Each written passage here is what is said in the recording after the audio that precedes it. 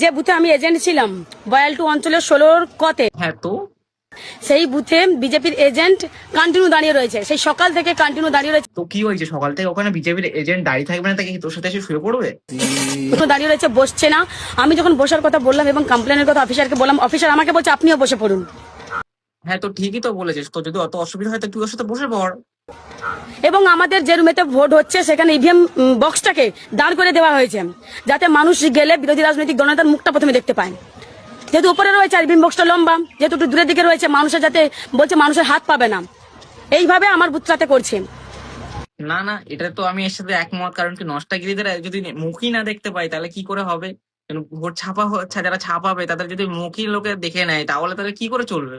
দিদি বলতে চাই ইভিএম মেশিনটা ছোট করার দরকার ছিল, যাতে ভন্ডামি করতে আসে, যাতে মানে লোকের মুখ না দেখতে পায়, ভয়তেই যাতে তৃণমূল নেতার মুখ দেখেই যেন ভোটটা দিয়ে দিতে পারে। তাই এই জন্যই মানে দিদি খুব কষ্ট হচ্ছে, এটা এছাড়া আর কিছু না। খুব কষ্ট যে বলো, থালা দিয়ে দিয়েছে, খাবার দিচ্ছে না, শোনা গো আমার, কি করে বলো।